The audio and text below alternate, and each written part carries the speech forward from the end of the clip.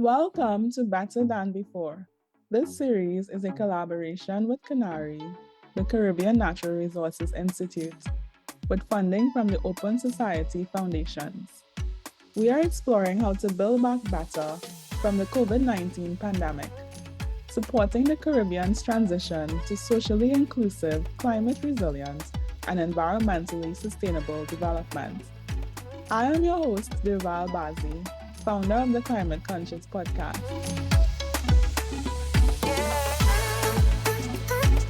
Today's special guest has over 20 years of international experience in enterprise generation, business planning, project management, and team operations. She is the founder and CEO of Soca Samosa, manufacturer of fusion samosas, supplying major local supermarkets, gourmet stores, and events. Excited and motivated by creative startup ideas and new market ventures, she's also the founder of a Hawaiian tea room in Honolulu and a hardware and builders merchant in central London. She holds a BSc in Management Studies from the University of the West Indies and is trained in Dale Carnegie leadership. She is passionate about using her business platform to strengthen and promote local businesses and build better communities. Welcome to the podcast, Liza Yunis. Thank you, Deval. It's my pleasure to be here. I'm listening to you describe me and I'm thinking, is that really me? Because I've lived such a low key life. It sounds way more impressive than my experience has been. But yes, I have undertaken a lot and I have learned a lot and I've experienced many learning curves. So I think this COVID-19 discussion is yet another learning curve that came at me. It didn't daunt me, but certainly it was a steep learning curve for sure. Yes, it's all you. And I'm very happy to have you join me on the podcast to chat about micro, small, and medium sized enterprises and their role in achieving sustainable development in the Caribbean. When we look at MSMEs and their contribution to employment, to GDP, to value added, to innovation, how could we not have a conversation about their contribution towards sustainable development? They have such an impact on what we do that it's really imperative that the principles and the understanding and the sustainability, we have to incorporate them into the conversation. Absolutely. So, Lisa, as we moved past the initial crisis phase of the COVID-19 pandemic, support measures have shifted from just staying afloat to recovery and growth. It is undeniable that the pandemic has set us back in a region of small island developing states already grappling with issues such as growing debt and limited economic growth. And I guess for everyone's benefit, the UN defines small island developing states or SIDS as islands and low lying coastal countries sharing similar challenges to sustainable development. So, in addition to these economic challenges, we are also highly vulnerable to natural hazards: floods, droughts, hurricanes, coastal erosion, even volcanic eruptions that disrupt lives and livelihoods. So the medium-term economic stimulus packages have been designed by governments to help economies recover.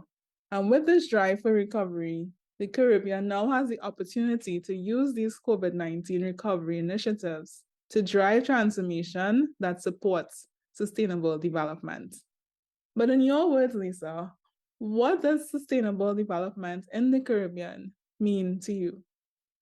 The Caribbean wide initiatives they've attempted to roll out for better or greener management of our land and our ocean and our human resources is moving us hopefully towards greener business models and greener consumer habits. But I can't see sustainable development happening without major investment. And by major investment, I mean that at this point in time, there is still urgency of needing to provide for today and the literal tomorrow. So having a focus and having a directive that looks into the future has to come from stakeholders who make commitments, investment commitments to the future. And by the investment commitments, I mean, how do you invest into a change of mindset, not just financial investments? It's a change of mindset where we, as small businesses and the younger generations, are sensitized to the consequences of not taking certain lines of action. And that means understanding how do we get the goals of the future to carry the same weight as the goals of today. So sustainable development in the Caribbean for me requires some intentionality. Intentionality, by that I mean by an investor's intention, a small business's intention, a consumer's intention to have a positive social and environmental impact through our choices. And that's really in a nutshell what it means to me. One of the strategies that is often promoted is green and blue economies. And we've been hearing a lot about that. But what are these and how do they really contribute to sustainable and climate resilient development in the Caribbean? To define, first of all, to be clear for our audience, that the blue economies, they encompass all industry related to the oceans and water resources. So your fisheries, your shipping, your tourism, and green economies relate to like your land resources, forestry, agriculture, tourism as well. We look at the growth rate of the population, and there has to be an acknowledgement for the pressures and the impact on those resources and how they are intensifying, and decide what are the intelligent decisions around the management of these resources. So intelligent decisions so that they can contribute to sustainable and climate resilient future and not just benefit from decisions that we are making around other economies, for example, extractive economies. I'm going to come back again and validate the importance of the understanding, the mindset, the commitment that's required from individuals and organizations. Firstly, we have to understand that marine and terrestrial environments are more than just economies. They are part of our humanities, cultural dimension, for want of a better word, our spiritual dimension. Once we can see that we are interconnected, that opens a door for a much better understanding of the enormous losses that are being sustained, and also a better understanding of the enormous opportunities for investing and reinvesting into these ecosystems. And I think if we could prioritize that understanding, first of all, to acknowledge how valuable these economies are to us as individuals, that we don't exist in silos outside of them. Perhaps then we can begin to harmonize ecosystem dependent economic values and harmonize them with traditional economic activity. And you mentioned the issue of value. And it has me thinking that value is not just economic. It's something that we need to drive home. We need to get everyone to understand that value is not just economic, especially when we're talking about natural resources. I mean, it's easy to categorize certain resources in terms of dollars and cents, for example, oil and gas. But value is also derived in clean air, clean water, in the spiritual value that we get from interacting with these natural resources. Absolutely. Yeah, and I mean, how do you develop a relationship with your environment if you yourself are siloed? I have seen for myself the difference between having a Zoom meeting with stakeholders and taking stakeholders out into the environment with the small businesses within their surroundings, and the difference in the outcomes from those conversations. And I think that has to be one of the ways strategies forward where a stakeholder has to touch, feel, incorporate his senses into his decision making. It can't just be, a cognitive process. Yes.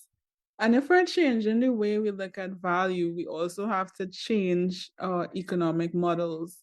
Traditional models tend to be linear. You extract or you take a resource, you process it, and you produce something. And now we're seeing, as we're also talking about green and blue economies, we're also talking about circular economies, where there's the better management of resources as opposed to everything just translating into waste. You're finding ways to keep the cycle going and be more efficient in the use of those resources. And that's a wonderful thing, I think. It's wonderful to see the innovation happening.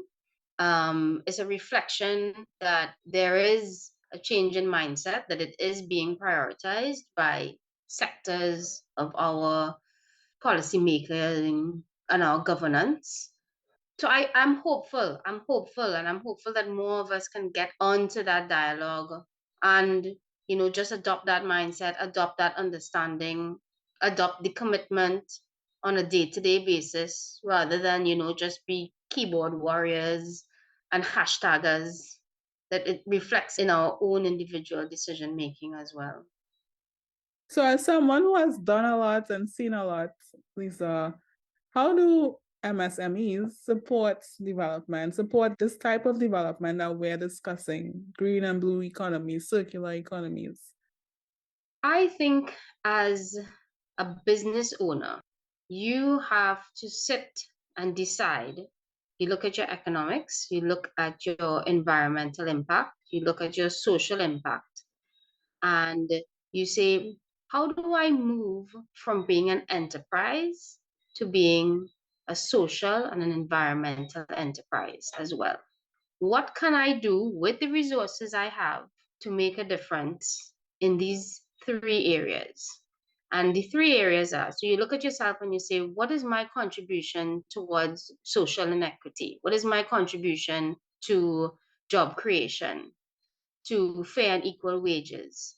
And that requires some reflection. When you sit down to look at how do you impact on gender inequality as a business? How do you raise the profile of other female-owned businesses?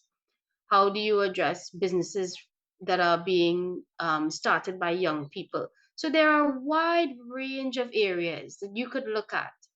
And you don't have to pick all. You don't have to tick every box, but you need to start somewhere and say, what is my responsibility? What can I do with the resources I have? And for myself, for Soca Samosa, we found reusable packaging. Whether anybody reuses it or not is out of my hand, but I can try to encourage it and I can think of ways to encourage it. So that's on me to find ways to encourage it. We do interviews with other female-owned businesses to raise the profile of women entrepreneurs and the success of women entrepreneurs. I also employ only women, and I make sure that they know that they're valued. I think there's always room for me to grow and to improve in the environmental and the social impact of my business.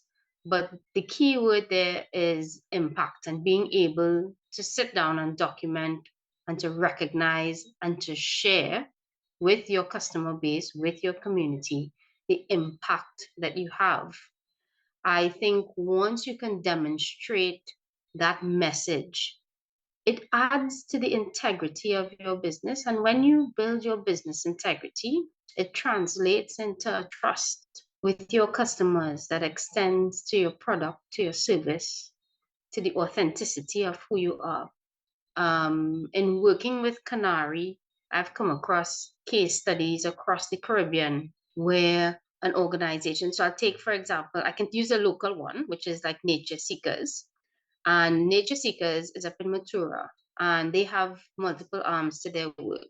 One being turtle education research, the other one, they have a craft program, they have a reforestation program, and then they have a for-profit water sports center and community restaurant. First things first, I see them focusing their efforts on being and remaining financially sustainable. I can't take away from how critical it is to be financially sustainable, because without that narrative, everything else will fall to the wayside. They have also created jobs for the community, and they have potential to add additional jobs when resources are available. They hire OJTs, they have strong conservation efforts.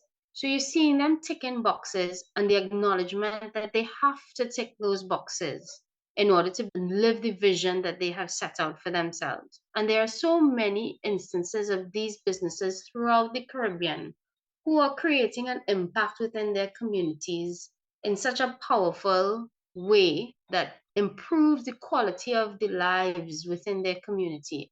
I know from speaking to people within the sector that makes investments, and I know many of them, the financial profits are marginal, and therefore it falls under the radar for many of them. But it doesn't mean that they don't acknowledge its importance. We just now have to find a way of marrying the impact with the importance and looking at it as a collective rather than individual. So I think no longer are consumers only concerned about the products and the service that you provide. They're also concerned about impacts. And the sustainability effort has to be a win-win for it to make sense. So when I look at doing reusable packaging, it's not just I'm doing it for an environmental impact. The packaging looks good. It makes my product look good. It makes my business look good. When I showcase another female SME, her customer base is my customer base. So I get something out of it as well. When I use local farmers for my supplies rather than purchasing imports, it's a win for me as well. It's a win for them. It's a win for me. I showcase the farmers to my customer base to encourage them to also buy from these local suppliers. My customers see me purchasing local, and that is incentive for them to also purchase local, meaning me. I'm a local manufacturer. So I would say to anyone who wants to start incorporating this triple P narrative into the way that they operate their business, there are so many gains to get from it. It's not just, or we're being noble. There's so many gains to get from it yourself. So Liza, we're talking about building back better following the COVID-19 pandemic. And from your experience, in what ways did COVID-19 affect sustainable development in the Caribbean? But COVID-19, I'm confident in saying that we were not ready for the changes that came with that. It took us, and I do mean us, including me, into survival mode. And keeping our head above water meant prioritizing financial sustainability. And in many cases, even this, wasn't possible for some businesses. Being financially sustainable meant sacrifices. And by sacrifices, I meant we saw people going without jobs. We saw people being, temporarily let go. So their own financial sustainability was impacted. Um, we saw ourselves cutting corners in terms of paying fairly for items because we needed to maximize on profit margins. I think that we saw ourselves extending our ability to deliver beyond what is practically capable. So that in itself was not sustainable because it was exhausting and it was really digging deep just to survive.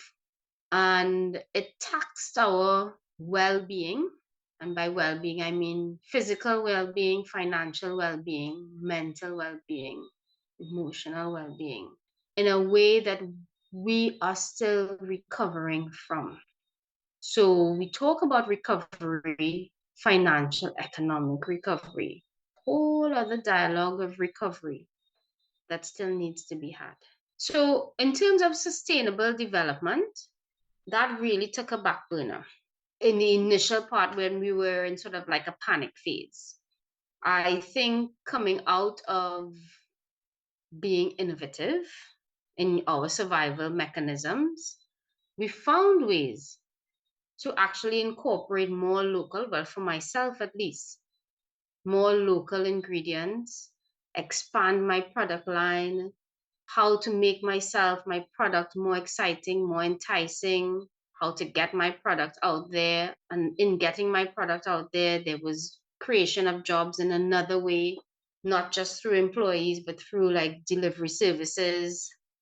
And that evolution of development of my business would not have happened without COVID-19. So, in a sense, you say that which very nearly breaks us is that which makes us.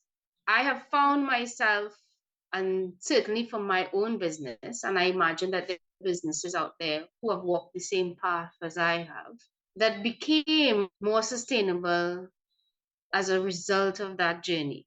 Not initially, but as a result of that journey, we did.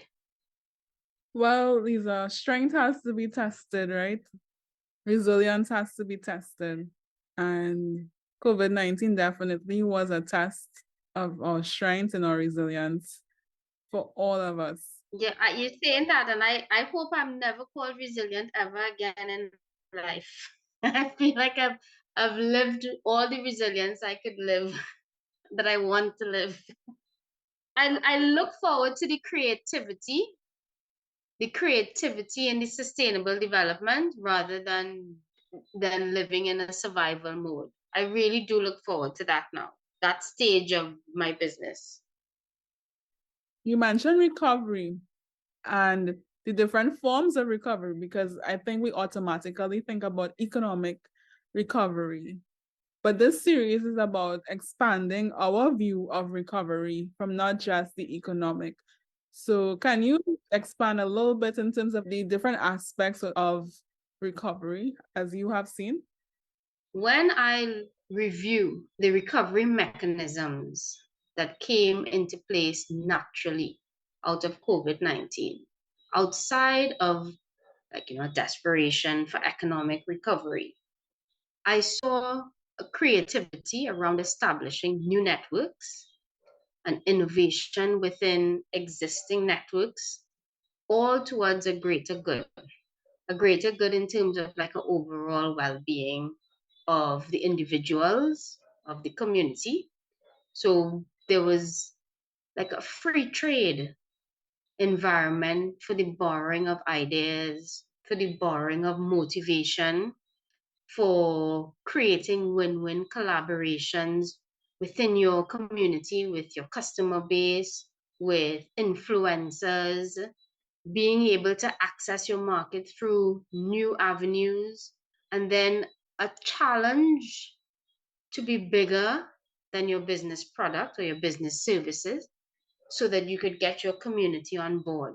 And your customers, your suppliers, your followers, people who align themselves with your business started to place that value, that ecosystem dependent economic value to your business. And they started to naturally measure the impact that we had. So those networks were creating a feel good environment in which we were encouraged to thrive. And I mean, I don't know if maybe that might have happened outside of COVID, but it certainly was a rapid progression state of being for all of us because we needed it.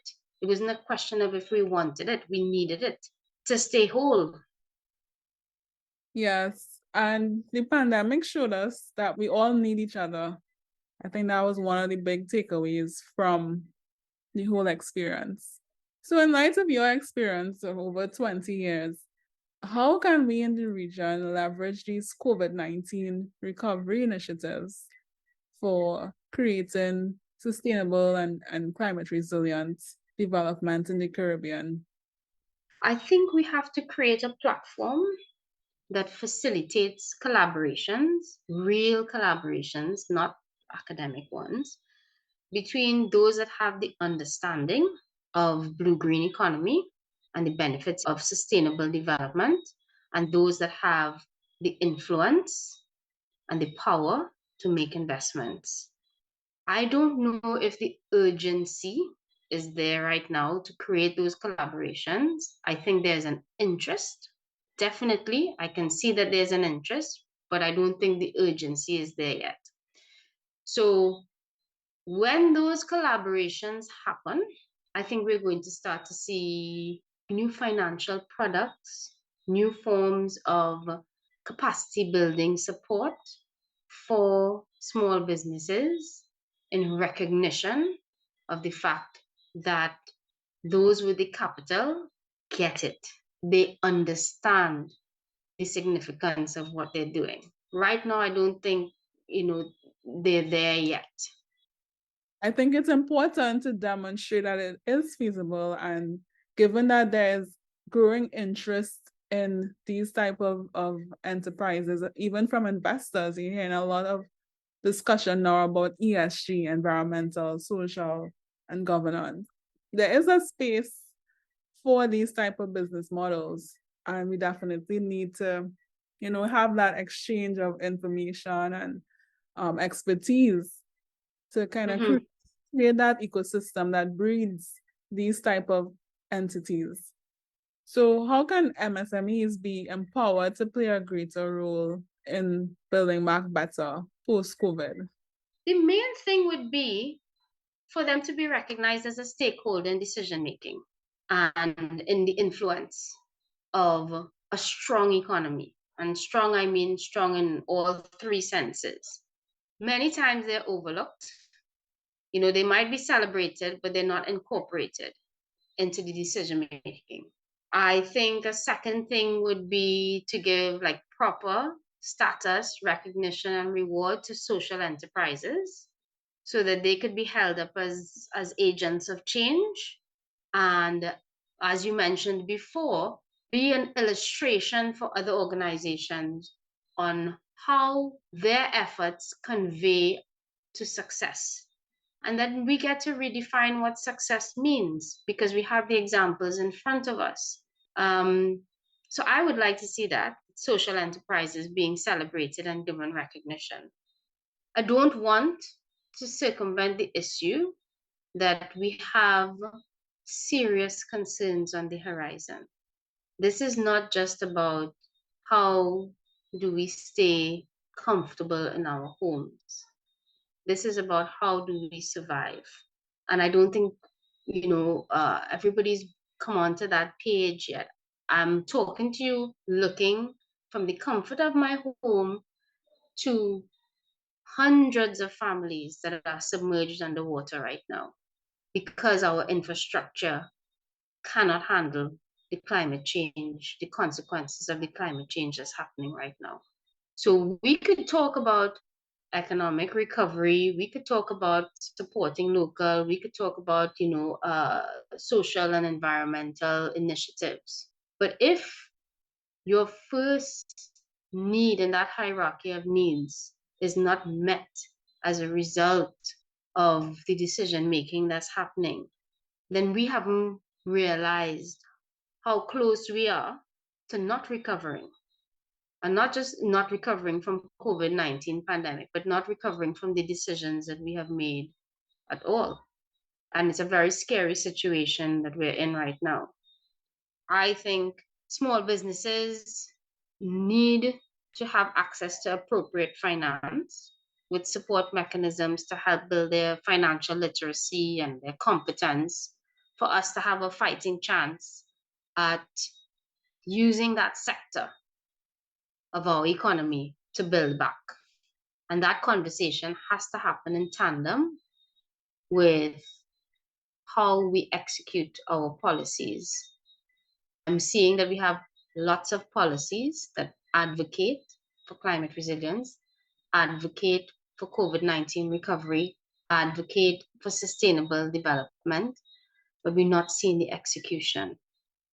Yeah, it's a big task. I believe that we can rise to it.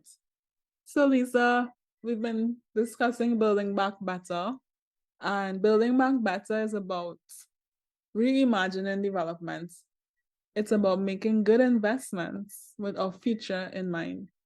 So, as we focus on building back better, what's one recommendation you would like to see implemented to support the development and strengthening of local small and micro enterprises in the Caribbean?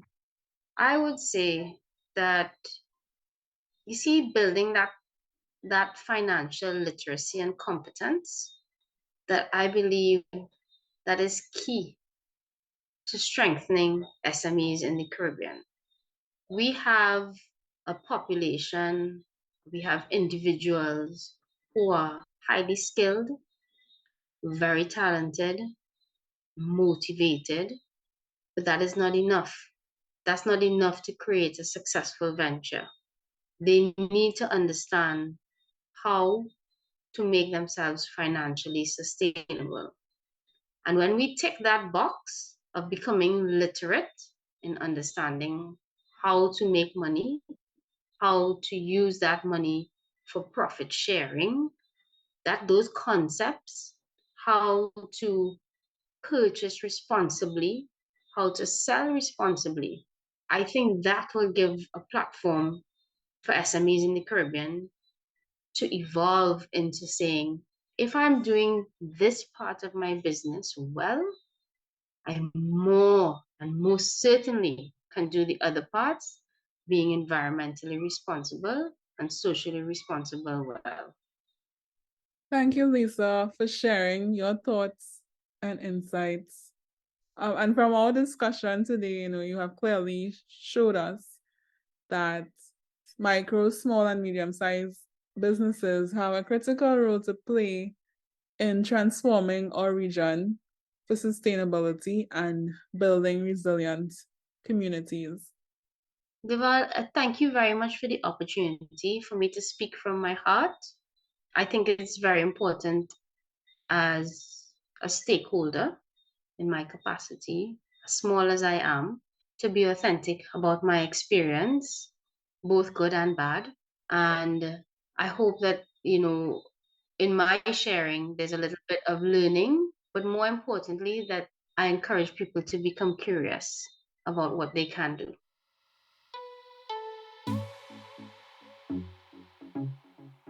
Thank you so much for listening to the Better Than Before series. If you enjoyed this episode, please leave us a 5-star rating wherever you listen to podcasts.